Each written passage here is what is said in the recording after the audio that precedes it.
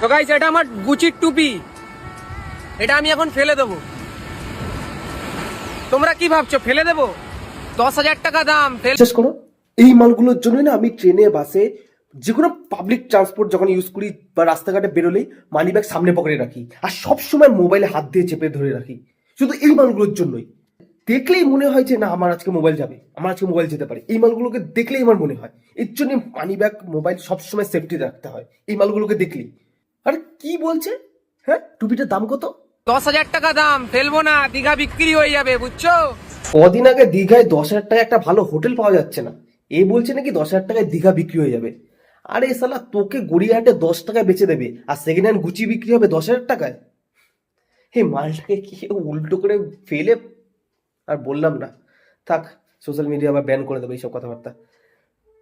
তুই অরুণদাকে দিয়ে পোদ মারা ভাই, অরুণদাকে দিয়ে পোদ মার, ওই ডিজে ওকে দিয়ে পোদ মারা, তাহলে যদি একটু বুদ্ধি হয়।